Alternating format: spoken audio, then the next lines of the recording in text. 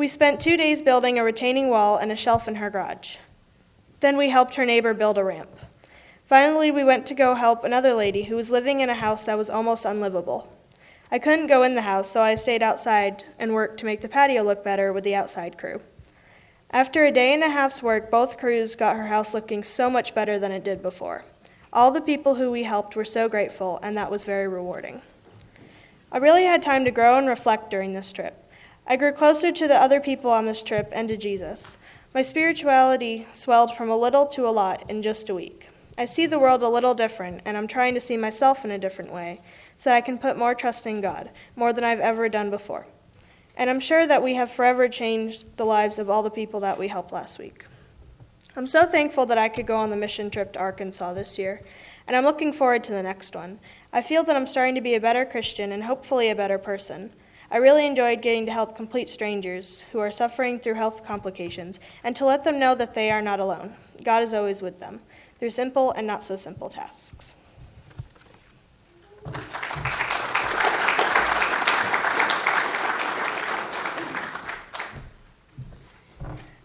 Hello? Okay. Last year, the youth group started up the mission trips again. I was furious. I was 1 year too young to go and hang out with everyone. They all had a great fun time and still tell stories about it now, even though a year has passed. That is what I was expecting when going on the trip. Some fun times and a little bit of hard work. Nothing more. I'm not a very good listener, at least not to God. I love him and I know he loves me, but I've never felt very connected to him, and I don't feel his presence when others do. For example, we went to a glass chapel on the trip. The man talked to us about how different things factored into creating this awe feeling when you see the chapel. I didn't feel that awe feeling. In fact, I only felt tired and I wanted to sleep. Day 1 of the trip was chaos. We were the first group of team effort of the summer. It was the first day, and none of us knew what we were doing. Most of the day was spent sitting around while the adults and some of the kids figured out what they were supposed to be doing. At our nightly devotional, we all talked about how we had been expecting more, and to go build houses for the homeless, not to go dig in the dirt for someone. The next day was a different story. God provided more work by introducing us to a neighbor who needed help. We sent half of our team to his house and half stayed with Miss Sue. There was absolutely no time at all for breaks. Everyone had something to do, and we only stopped for the occasional water break. Even though we did not finish the project at Miss Sue's house, she and her daughter cried and hugged us. And mud, sweat, everything, they hugged us. That meant a lot. After Miss Sue, we went to Miss Sina. She had been completely bedridden for months, so her house had fallen a little behind on cleanliness. 5 of the 13 of us could not go into her house without having an asthma attack. So we got to cut her grass and tidy up her garden so that she could sit outside. While we were fixing up her house, we discovered that Miss Sina left her door open for anyone to come in and hang out and get a good meal. She also had a message written on her mirror that gave her courage for the day, and she read it every single morning that she could get up. The first and second day with Miss Sina passed in a blur of plants, rotten cardboard, carpets, and bugs. There were a lot of bugs. We discovered that there were ticks outside. So the asthma group, that's what we called the people who had to stay outside, had to wear long sleeves, jeans, and our socks pulled up over our jeans. Not a good fashion statement. We just happened to come to Miss Sina on her birthday, so we got her card and everyone signed it.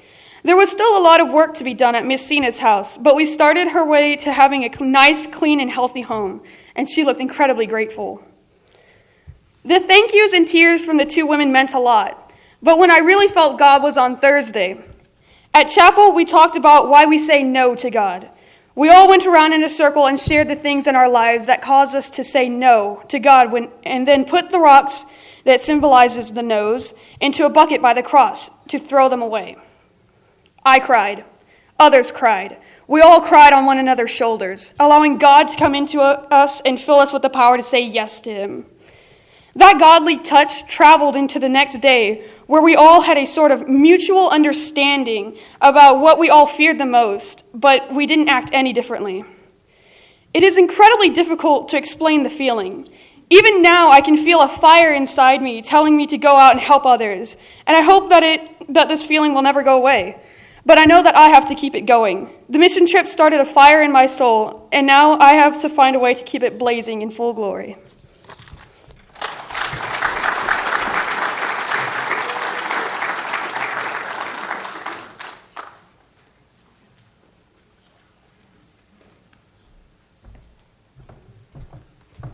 Hi, I'm Cameron, and this was, even though I'm going to be a junior next year, this was the first mission trip thing that I went to, because last year I wasn't able to attend it because of something.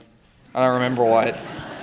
And, when I was imagining what we're going to be doing, I immediately thought of all the cool stories that these guys all told from the Dallas trip, and it was going to be, sitting around with a bunch of really cool dudes, talking about God, listening to people about God, and talking about God. And we went to a really important meeting before we went, and Brad made it seem like we were going to be straight up building houses for homeless people. Like, we were going to be making apartment buildings for people that don't have homes, and then we were just going to give it to them because, yeah. And what I thought we were going to do and what we actually did were completely different things, and in good ways and bad ways. Out of the two scriptures that we read, I felt that Romans 12, 1 through 2 had the most meaning and impacted me the most this trip. Especially the part that says, offer your bodies as a living sacrifice, holy and pleasing to God. So I guess I'll go ahead and start. So we helped mainly two people, even though people say we helped other people. But mainly our job was to help two people. And one of them was Miss Sue. I really don't want you guys to take this the wrong way, and especially Brad and the rest of the mission trip, but I did not like working for Miss Sue. She is an older lady, around 70 to 80, I bet, and she requires an O2 tank. And it requires a lot of energy for her to move around, and it seems difficult to live like that. The neighborhood was pretty fantastic. Everything was really, really clean, almost spotless. The houses were amazingly in good condition.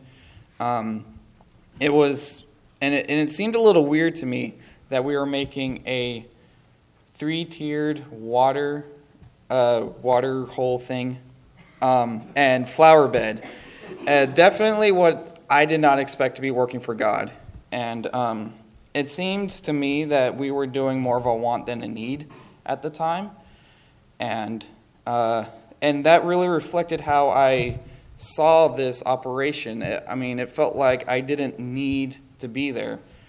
But it didn't really hit me until I talked with Miss Sue one-on-one. And she has an amazing life, after that, I felt like I really needed to help because, she had this amazing life, she's had these amazing kids, and all of these amazing things. But I feel like I felt like before that one-on-one that I needed to be doing something more. Like, God put me into doing this work that wasn't necessary, and it really confused me. But after the one-on-one talk and afterwards, she was eternally grateful for what he did. And it was just like a mind-blown thing, like, oh my, I just did this, and it was amazing. I just did this thing for her that she needed because she was having water problems in her house. And I started to feel really bad for doubting Miss Sue and doubting God for doing something that I felt like I didn't need to, and it felt like I wasn't sacrificing myself in the name of God because I was doing something that was unnecessary. And after that, I realized it meant a lot to Miss Sue. And, yeah. So after Miss Sue, we helped with Miss Cinna. And that was a completely different location. I mean, entirely different. Like, it wasn't a clean neighborhood. It was down a road where ticks and stuff live. And it was very different. It was very different, okay? Different location in the time span of 2 hours. So Miss Cinna is an artist, and she's a very, very passionate one. But she smokes and has a huge tumor in her stomach, and so she was bedridden. She couldn't keep up with her house, and she couldn't paint, sculpt, and weld, and so she didn't have an income. She has a son and a caretaker, but the son didn't exactly seem to care that much, and that was really sad. And then the caretaker, it was just too much for one person to do. I mean, for one person to keep up a house that has 2 cats? Or 3 cats? 3 cats and 2 cats and a dog. 2 cats and a dog and a person, that's a lot for one person to take care of. And overall, the mess just kept piling up, and so the conditions became really, really, really terrible. And the inside had so much dust, mold, and smoke that I couldn't be in the house for more than 2 minutes before I had to go outside and take a breather from fresher air. And so this then made it seem like this was the other extreme, that someone desperately needed our help. And so I worked outside. I cleaned her porch, I cleaned her garden, her garage, and not replaced it, but moved it around her art. And the inside group cleaned carpet, pulled carpet and cleaned the house. There we go. And I felt that we really improved her life afterwards, satisfying more of a need than a want. And Miss Cinna was also extremely grateful, along with her caretaker and local people around the place. They were like, "Wow, you're working for Miss Cinna. Yeah, go you guys." And but I didn't work inside the house, and so yeah, she didn't exactly get to see with her eyes what we did outside, and that made me kind of doubt again this wasn't necessary. She's not going to come outside for a while until she gets better. Like a week from now, a team will come and build a ramp so that way she can get outside in a week. And we were there last week. And so it felt like I wasn't exactly doing anything that wasn't going to impact anyone for a while. And so you know that feeling that you've done something and then that feeling that no one's going to pay attention to it. I had that feeling, and it felt really bad. But yet again, God surprised me because Brad and a team were taking lots of pictures of what we were doing outside. And in the end, God revealed again that I was wrong. And that she was astonished about how much work we've done outside to all the people. Not to all the people, to all the stuff we did outside. So, yeah. In thought, new thought. During VBS, or Vacation Bible School, it was a really long time for me to reflect on what God was telling me and what God and other people were trying to get me to know from the trip. And if you don't know yet, there's Bible points every single day throughout the entire week, and they're kind of like mini lessons for the kids. All right, so Monday, God said, God has the power to provide. Yeah. And, we provided to both Miss Sue and Miss Sana a lot, and we provided our time, and we provided our work. Tuesday, it was, God has the power to comfort. And I definitely felt that God was comforting all the people we were helping because we were helping them. But God also comforted me and all the people by you're doing something right. And it was like, yes. Wednesday was God has the power to heal.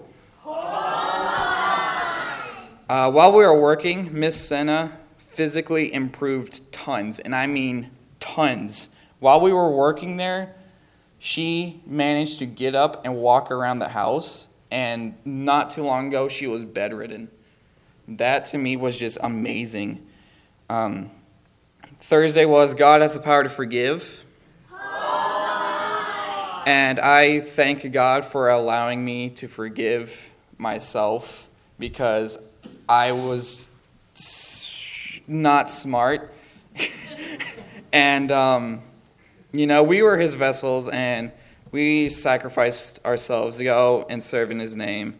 And I wasn't at first motivated for Miss Sue's project, and then I was motivated after the project. It was kind of unfortunate. And I wasn't able to help Miss Senna as much as I thought, but after some time and reflection, I felt that I helped them a lot. And so Friday was God has the power to love us forever. And I feel like God has definitely loved me and the rest of the group forever.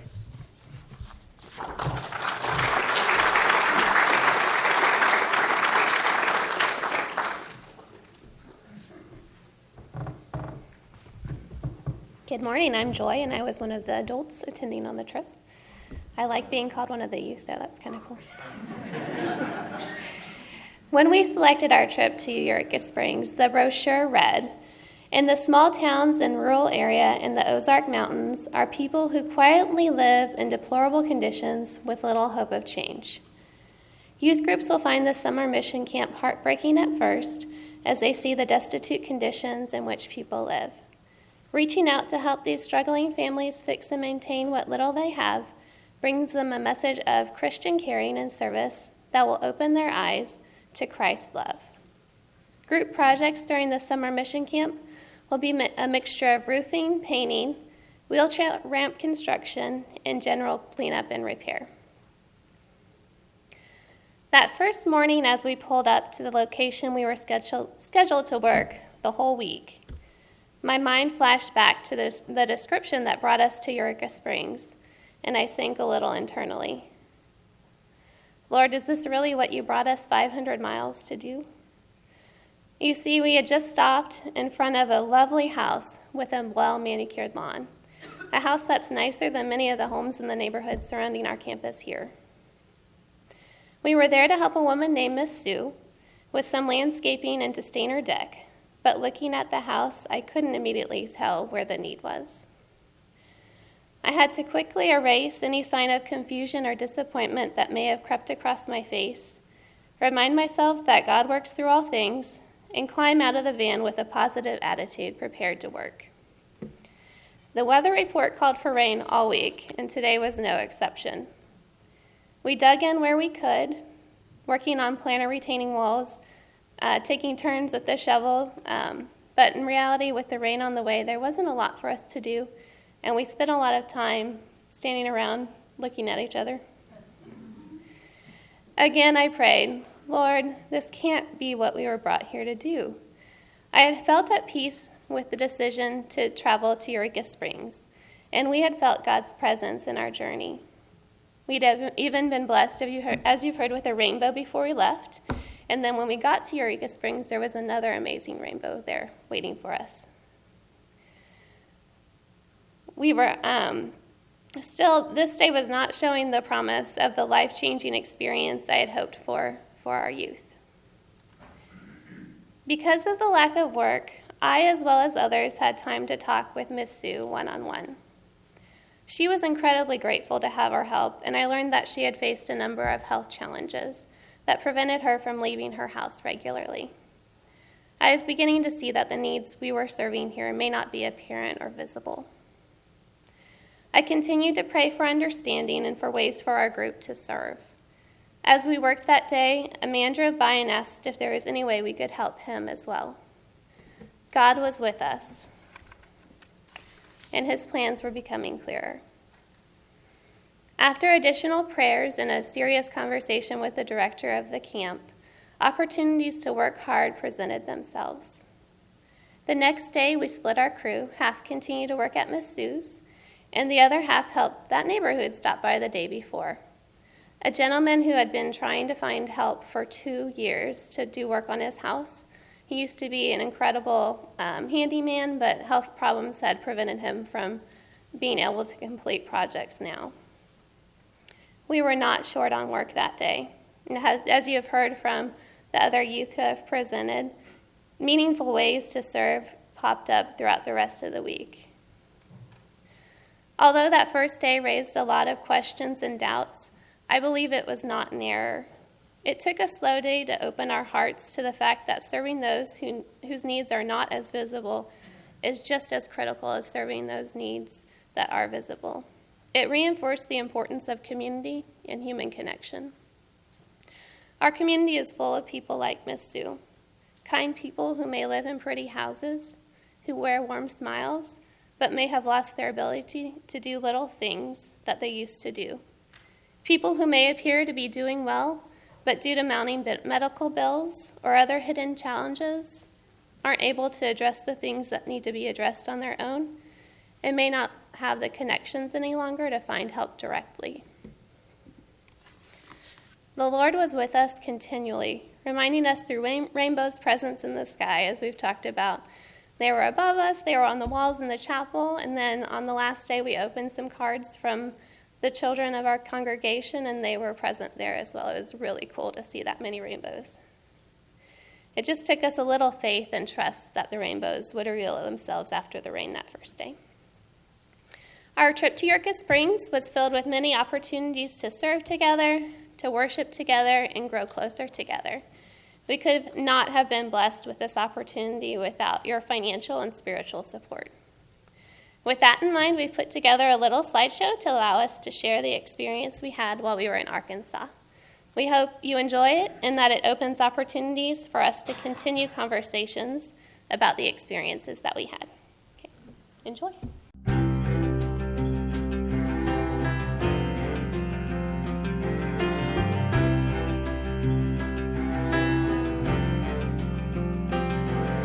Sometimes your calling comes in dream.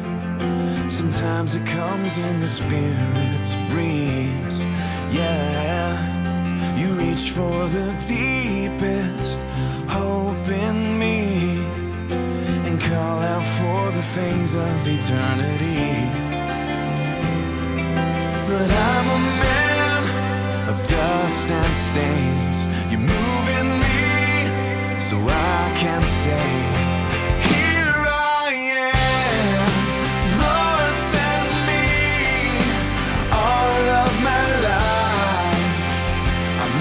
an offering.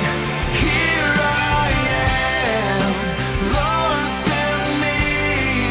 Somehow my story is a part of your plan. Here I am.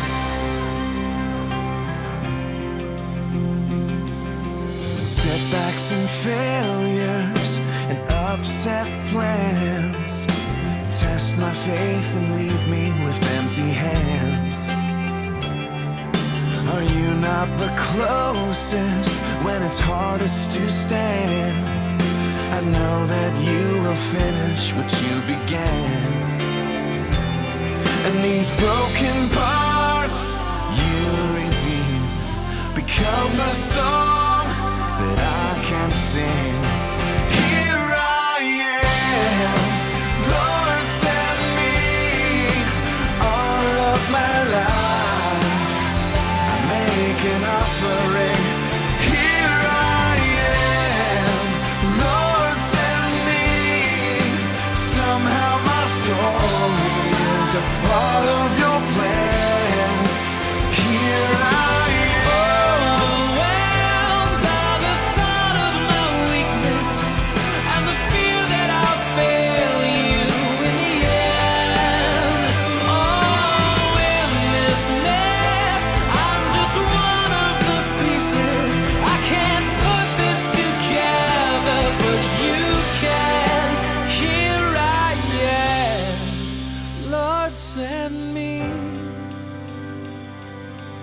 I wanna live my life as an offering.